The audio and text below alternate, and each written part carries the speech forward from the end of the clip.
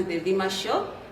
Thank you so much for the love, the amazing comments, for subscribing. Let us keep on growing together. And so today we have an amazing guest on the show. Let her introduce herself. Thank you so much, Joyce. Yes. For having me on my show. It's an opportunity I have always looked forward to.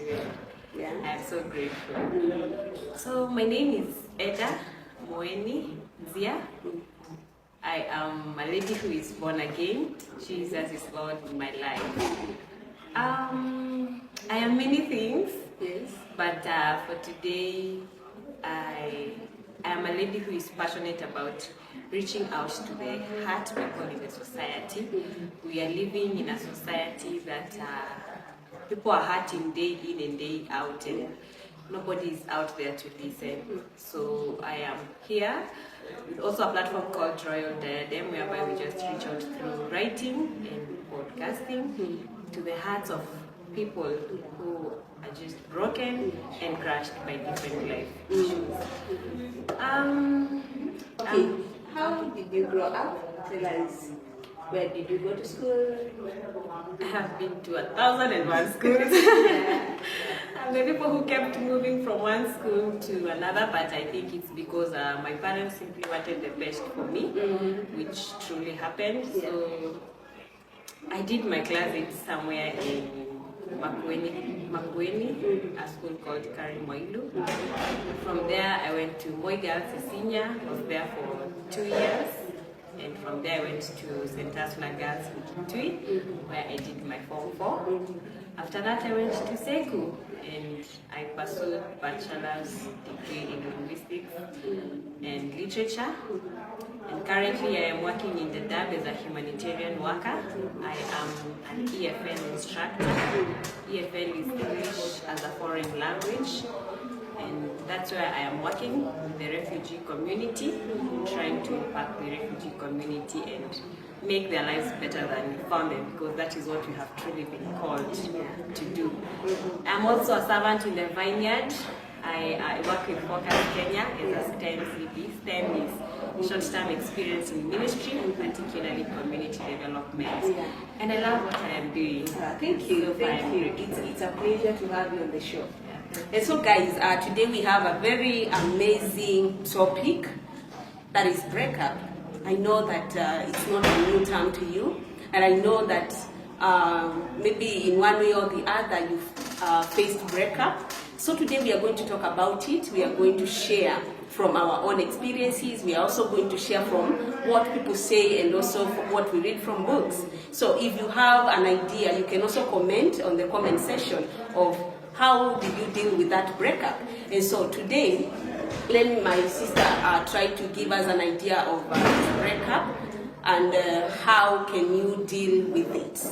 So tell us about, have you ever had an experience with the breakup? And yeah, definitely, Joyce.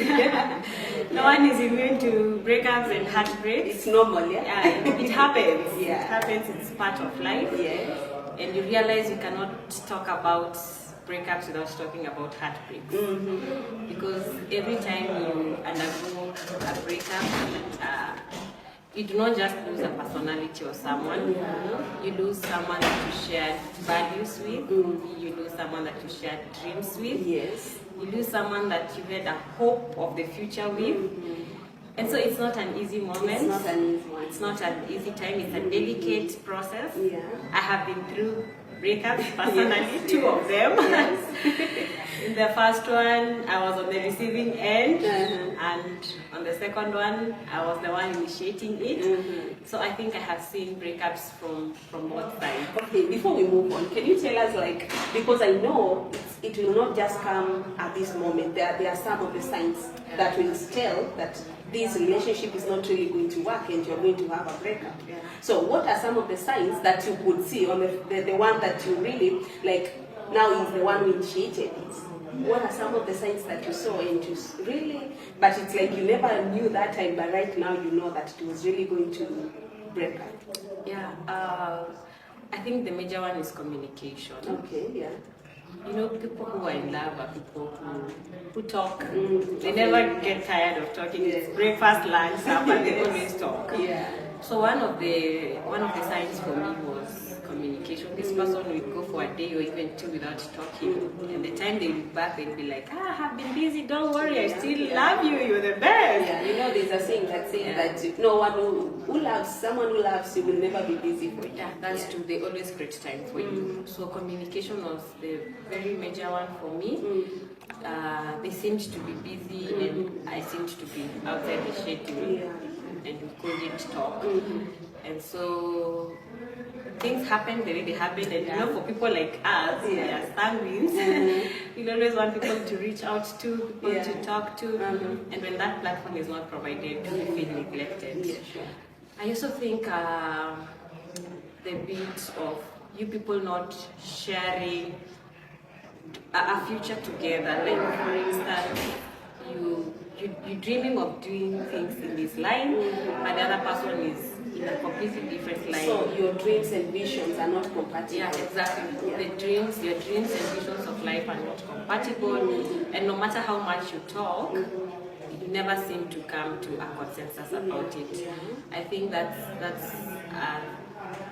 one of the things that you can't trade off, because you have a life to live. Outside the relationship, you have a life to live, you have a destiny to pursue, you have a purpose to fulfill. Yeah, sure. And if a relationship is going to come in between that, then I don't think it's a wise thing for you to trade off that. Yeah, sure. So we couldn't agree on some of the things. Another thing that was really obvious, but for me that time it was not that obvious, is salvation. I dated people who were not born again. But later on I realized that as a daughter of the kingdom, I have to be with guys in the kingdom. You have to date from the same family. You cannot be yoked with another. Yeah, you cannot be yoked with another. But the world knows how to link up with their own. And you also have to find a way of linking up with your own members in the same family. So don't be lied to at any time change. That is what people are saying. I was a member of that, and I truly preached for guys so that we get along together, but things couldn't work, because even if they get born again, you realize that you will not be at par with them. For instance, as a lady, you will need a man to be your leader spiritually. The priest, a man is the priest. Yes, he's supposed to be the priest, and if he cannot offer this guidance, then there's somewhere down the line things will not go well. It will be a prayer point, not a prayer partner. Exactly. It's supposed to be a prayer partner. Yeah. So those are some of the things that really stood out for me. And these people sometimes they always joke about, even in public. There are things about you they are not supposed to be joked about, but this person will joke about them. So it will take it for fun. Right? Yeah, there are even some weaknesses. Someone will take them for fun and make a joke out of them. And in a relationship, we are supposed to, this person, if he truly loves you, is supposed to try to magnify your strengths and not your weaknesses. Yeah. And actually compliment your weaknesses. But in the event you find that someone is really making a big issue out of your weaknesses, I think that's a red light that you need to look into. I think those are the things that really affected me. Okay. How did you deal with this? How did you deal with that breakup now after it came? That is the other one now. The one, yes. Yeah, I think they have to. Yes. How did you deal with this? The first one, which one? That is the one that you did not initiate. Definitely, that is the one that you felt hurt. It was not an easy moment, but I think before I talk about how I dealt with it, I can talk about how I felt. Yeah. My viewers are going to learn from there too. Yeah, I felt neglected. This was someone that I loved. Yes. This is someone that I was truly committed. I am the type who doesn't know how to double deal. So I was specifically this one. Yes. And so when things went south, it was not an easy moment for me. It was the first breakup, and it was some months after high school, because I was the type who had been raised that people date after high school. Yes. So I finished high school really waiting to date. And then a few months down the line, things just happened and I didn't like it. So it was a very difficult moment. And you realize, somewhere down the line, I have realized that breakups occur in stages. There's always the very first stage whereby you're in shock, you're in denial as an individual. This is the stage whereby you're like, no, this is not true. This can't happen to me. Me of all the people, I have given everything. It can't happen to me. This is whereby you say that, they just probably wamekasirika, they will call me later on and or rather they will be back. They will be back, yeah. So I kept on hoping for several days that they will be back, this will be over. But then after that, I graduated to another level now where it was pain and anger issues. I started throwing tantrums to everyone and anyone. You know, there was pain that had been deposited in me. And now I'm having nowhere else to let it go. And so anyone who will cross me, some things are even inanimate, I will throw my anger to them. And it went on for a while. It was also not easy, especially when the other party, the receiving party, will not understand you and will not know what you're going through. And you realize even outside here, there are some people who will atakujibu vibaya, not because this person akonobaya na wewe, but there are things that have been piling inside of them and they do not have somewhere to live. So whenever you find such people, be very careful on how you handle them. That is why you find even the society today, we're having people with suicidal thoughts, people are battling with depression. Yeah, because nowadays you find most of the students, those who are on campus, you find like someone has committed suicide just because he had a breakup or rather she had a breakup. Simply because these people had invested the whole of their feelings, the whole of their emotions, the whole of their minds there, and then this thing cannot work. It's a difficult thing to process and it takes time. So I threw anger to everyone and anyone that was around. I would kick even cats. And my mother was always like, should happen in Yeah, so it happens. But after that, we grew and get to another level, which is grief. This is where now you begin to admit that things are not actually working. I cried. Yes. Crying is good. I am one person who can really cry. Hold a party and cry. Hold your pillows and cry. So I really cried. It is at that time that I learned about journaling. So I journaled and cried and wrote in my diaries. And I somehow now began to observe the things that were happening in my life. And then you realize again, now after the grief season, you get to acceptance. And even the Bible says that crying may endure for a night, but joy comes in the morning. You know, after that season of grieving and enduring it all, you begin to accept. It has already happened. It has already happened. And you know, joy is something with acceptance is that it is not just accepting that it's okay, nimeachwa, kuko hivi na hivi, and you pretend like you are okay. When you talk about acceptance, sometimes it's just accepting that life has good days, life has bad days, and it's okay for life to be that way. Life makes sense when there are ups and downs, and it's a time when I'm in the low time, and a time is coming when we usually say that it's okay not to be okay. It's okay not to be okay. So it's just an acceptance of accepting that I'm in this season for a particular time, and after this time, another dawn is coming, another life is coming, and you begin keeping your mind focused on the new dawn. When one door closes, definitely another one opens. But it just doesn't mean that because you have accepted things are going to be good. It's not every time. It's a journey to heal. Actually, somebody said that healing from a breakup is not a journey.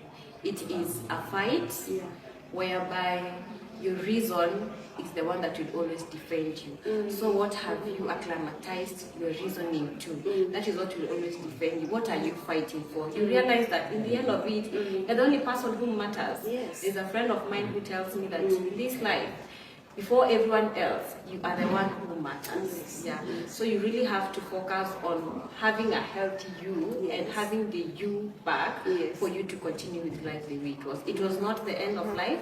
It was just a breakup, and you have to see a way of a breakup not breaking you. Yes, it's a breakup, but it's not supposed to break the whole of you. Yeah. Well, that's good. And what are some of the things that you learned during this breakup period? Maybe you can share with our audience. They can learn something like, what are some of the lessons did you learn from these grieving moments? Yeah. We are all vulnerable. No one is immune to heartbreaks and breakups. Yeah. No one is immune. So don't say, Here, no, that's a lie. Yes. It can happen to anyone, even after you have given you everything. Even after you think that you had tried all that you could, it still can happen to you. And the good thing is that it's a broken relationship, not a broken marriage. Yeah. So one of the lessons that I've learned is that it can happen to everyone and anyone. It's just about conditioning of your mind. Something else that I learned is that you have to sit and call yourself for a meeting and ask yourself that, what part did I contribute to the breaking of this relationship? That's a good one. Yeah, because in the end of it, there's always a percentage, no matter how small or big it is, there's always a mark of pride. That is what most of the people say. It's a mark of pride. Yeah. Because human beings are prone to mistakes. We all make mistakes. And if you can be honest with yourself and talk to yourself and talk to people who have gone before you, you realize that there's a percentage that you contributed to this relationship not working. So one thing I learned is look into the bigger picture. What did I contribute to this thing not working? What was my contribution to things failing? So that in the event in future I will get to another relationship. You learn from the same mistake will not be repeated. I will work on myself. I will find a way of having a solution to that problem. And so even when I get to another relationship, I will be whole. I will have worked out my past and the issues that I had. So that's that's another thing that I also learned. The other thing I learned is that you also need to look at not only the good things that you shared during the relationship.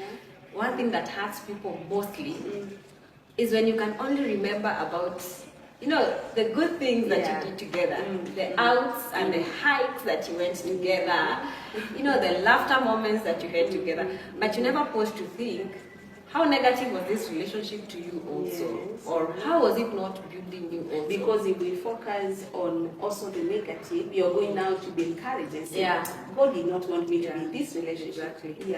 So you realize that in as much as things did not work out, things work together. All things work together for good. So it did not work out because of this and this and this and this reason. So look at things from the broader perspective. When you're in the relationship, there are things that you will never see.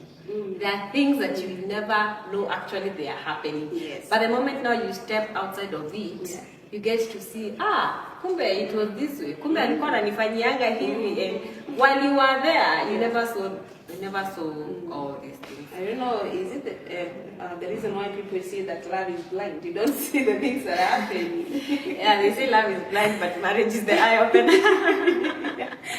Okay. I think those are very good lessons, and our audience are going to listen to them and also learn from them. I know that after now that period, these are the stage of dealing with that breakup.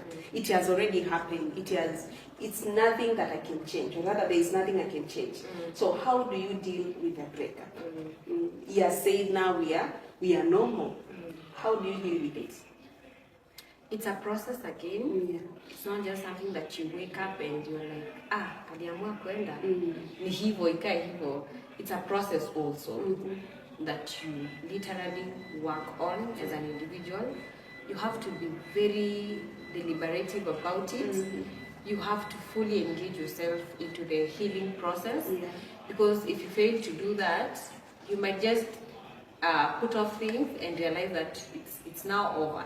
But the moment you're in another relationship, this thing, you carry the baggage of the previous relationship into the new this one, relationship, and now things will not work. And I think it's one of the reasons why there are people who always keep on moving from one relationship to another relationship, simply because you didn't deal with the baggage of the previous. There are those people after a breakup, they just go into another one, thinking they are going to heal in that the current relationship. And I think what happens to such people, Joyce, is that it's a denial, or trying to prove to the other person that you thought you were good enough. I have someone else. And these are things that we truly see every day in the society. There are people, even very close friends of mine, that I see today wameachana na so and so, and tomorrow they have someone and then they are posting photos on the social media just to show or rather to finish the other person. But truly, inside of them, these people are hurting. It's a cry of help, actually, when you see someone doing such a thing. This is someone that you need to approach, and if they are willing enough, offer help to them, because deep within them it's a cry. And most of the things and photos that people post on social media, Joyce, these are people who are crying out for help. But we are in the generation whereby it's about liking, sharing, but it does not end there. These are sometimes the people who are seeking approval from the social media, approval that they have not yet gotten from one-on-one interactions with people, or rather from themselves. From themselves, actually. And you realize if you have not yet accepted yourself the way you are, no matter the many likes that you get out there, you will always have issues within yourself. You will always battle depression. You will always battle thoughts that are not right. And so that is what has been happening in society. So for me, the things that I did to handle the breakups that I have been through, I'm one person who loves writing. Writing has always been the closest friend to me. And every time I write, the feelings go, or somehow I'm able to stabilize. And it doesn't mean that things get right, even after I have written whatever I have written. But it's a relief. It's my way of expressing myself. Even brain studies have shown that the same process that drug addicts undergo when they are withdrawing from the drug they were addicted into is the same mechanism that our bodies and our brains undergo the moment romantic love is withdrawn from us. So it's the same thing, and the difference is that we will not know when you are heartbroken. We will not know after a breakup that we are actually hurting. We will try to avoid it. But for drug addicts, they will know it. So that is the difference. And so you have to be very careful even in the way you treat and handle yourself during that particular season. So I write a lot. If I have close family and friends, I will share with them what I have written. They will read through. At least I feel somebody has listened, somebody has read what was in me, because it is that approval that you're just trying to seek. That is why people keep on stalking their exes on social media. You just want to, it's a craving that you're trying to satisfy. The same way that a drug addict will look for cocaine and you're trying to just satisfy that craving, you will also try and look for that ex and stalk them on social media, find out how they are going. You'll post something for them to see. And we have Bible verses and quotes that we are not really out after building people, but I feel evil. But the bigger picture is, see, I feel evil. The thing is, how am I doing besides them? So have friends and family, trusted ones, of course, people that you can talk to, see people that you will talk to today, and tomorrow you hear your story somewhere, it will break you more. So have people that you can truly trust. People that you will share your feelings. Something else is that you have to talk about how you're feeling. There's always a tendency to keep to yourself at such a time. You always want to be alone, gloomy, holding a pity party on yourself. It is so bad. It is bad. You have to be very active socially, get to where people are, talk to people, express your emotions. Find those friends and tell them, by the way, Joyce, this is how I am feeling. I feel exhausted. I feel angry, I feel I can't go on, I don't see any reason for leaving right now. Talk it out, speak it out to people who can understand and relate to you. But nowadays you find that most of the people are not even comfortable to say, I'm not doing okay. No one will just go out there and maybe share with someone and say, I'm hurting. They just want to say, I'm okay, which is so bad, because I know that it may lead to something bad. Yeah, I think it's a syndrome and a mentality in the society. Yeah, we are slowly deviating to it is okay. It is not okay not to be okay. Yeah, but the truth is, it is okay not to be okay. Sure. It's something that the society is slowly refusing to accept. And with us millennials and centennials, we just want to show the good side of life, Yes. the good side Yes. of me, that I am doing well, that I have these achievements. But even when you get to consult the people of old who have always been there and have gone before us in life, life will always have the good side and the bad side. Sure. There will be sunshine, there will be rainfall. There will be seed time, there will be harvest time. That is how life is ordained to it's be. all about seasons. It's all about seasons. So it's for you to accept that this is the season I am in right now. Not look at what the society is saying. I think that's another huge problem that we are having. What will the society say about me? And if it's a season, definitely it will pass. It will pass. Yeah. It is not there to stay. Yes. So don't look at what will people say about my breakup. I have even seen some people, even celebs that we have right now, when you get to the marriage context, people have really endured so much that they Behind have the to work scenes. while behind And the whatever scenes. they are presenting to us on social media, they are doing good. In the name of preserving the image. Yeah. Besides the image and a reputation that you have to uphold, there's the inside of you that you have to behold. Definitely. And no matter how much you pretend on the outside to be fine, the inside of you, if the inside of you is not okay, then it will always show up. It always has to show up at the end of it. So it's something that you really have to work on, the whole of you in the inside. Yeah. And I hope they are just learning. You're full of ideas. And I thank God for having you on the show. So thank you. We are still learning. I think there's also this way of that is crying.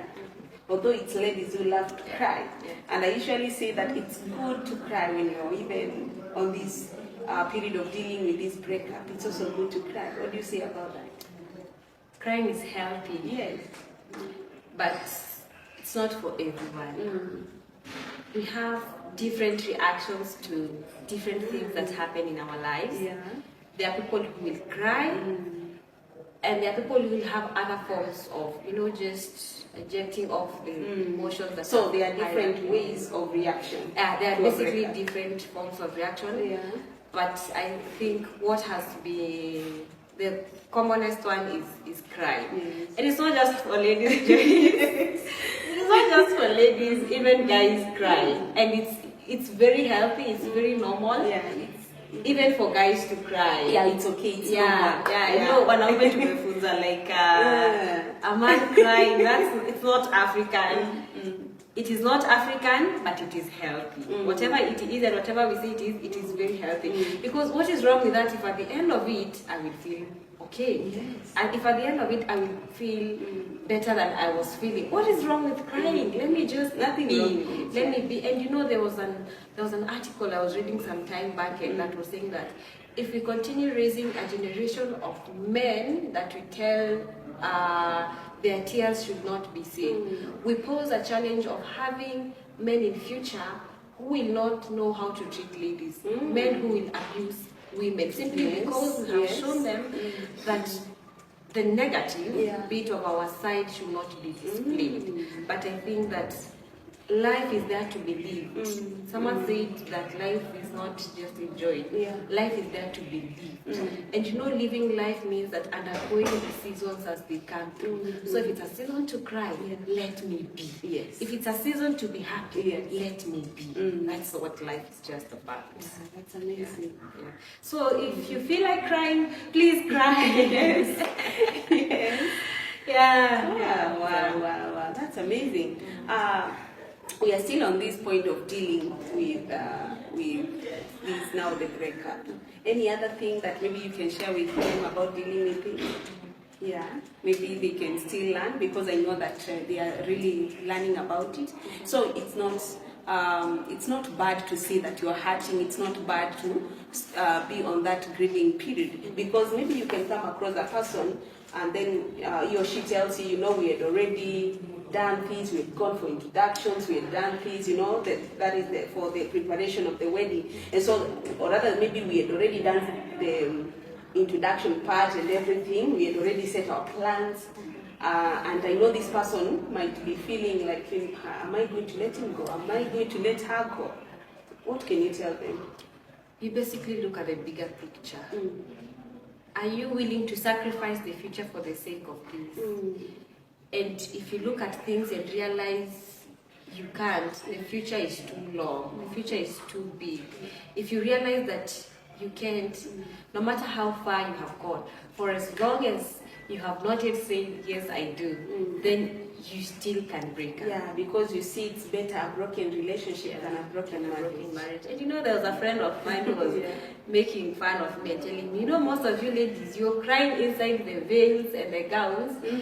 Not because of the joy that is in you, but you're like, akini mimi nimejifanyia hivyo, siwezi jiembarrass hizi kwa hii congregation yote, You're looking at what you have decided for yourself, and you're like, I can't stand this for the rest of my life. But you feel that it's too late in this gown and it's not late. It is not yet. It is better you run away. You just leave your veil there and run away. Yeah. So if you feel that... But that is one of the reasons why most of the marriages are breaking. Yeah. So if you feel that you're not yet ready for it, you are the one who's still living this life. Give it time. Yeah. Give it time. And things work somewhere down there. And then something else, the fear that you always have is, will I ever get someone else? Yes. I have been a victim of that. You're afraid of letting go this person. You're like, where will I ever get such a good person again? Yeah. Where will I ever, meet such a life again somewhere else? I think one of the things that you need to do when you're dealing with the breakup is that prepare for another life. Prepare for a future. Know that the future will come. Like I said, another dawn will come, and prepare for it. And in the process of preparing for it, prepare yourself to be a good husband and a good wife again. Don't just dwell on really heartbreaking nilifanyiwangwa hivi, niliandago. That is not the end of life. You still have a life to live. You also have to realize, Dave, that you have other meaningful relationships aside from that one. You have family, you have friends, you have co-workers and colleagues. You have a whole life outside that relationship. Sure. So at that particular time, focus on what God has given you. Focus on things that are working, not the things that are not working. And prepare for that future that is coming.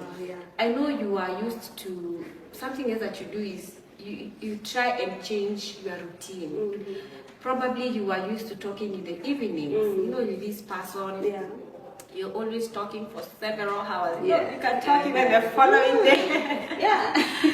Unaamka unashawa na unaenda kazi. So if you are used to find something else to replace the time that you used to spend with this person. Otherwise, because you might find that you're thinking about the person during that time. You will find yourself thinking about the person. You will find yourself blaming yourself and telling yourself, if I would have done this better, the person would not have gone. That is not the time to tell yourself such things. That is the time to find another routine, another thing to do, to occupy that particular time that you used to occupy with this person. And of course, do healthy things. If you can sleep. Insomnia is also... Because I know there are some who might, if you're heartbroken, you just think of going to take some drugs, like alcohol.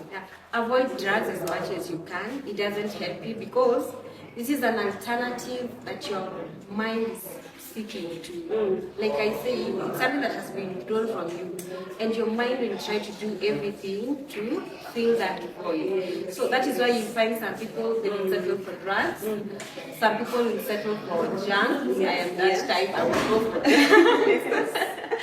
You will eat a lot of junk. Some people will do shopping, go shop everything and anything that you can find. Some people will talk too much. I can also be in that category. You know, you just want to talk and express your thing. Yeah, but it's a way. It's a way your mind is simply trying to occupy that void. Yes. But please be very careful. You have to be very careful. Take care of yourself. Like I said, you have a life to live. You have to take care of yourself.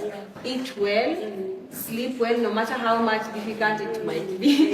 Sleep that time. Find time and sleep. Also, don't oversleep and don't undersleep, because it is very possible in such a season. Yeah. Wow, that's amazing. And guys, thank you for watching.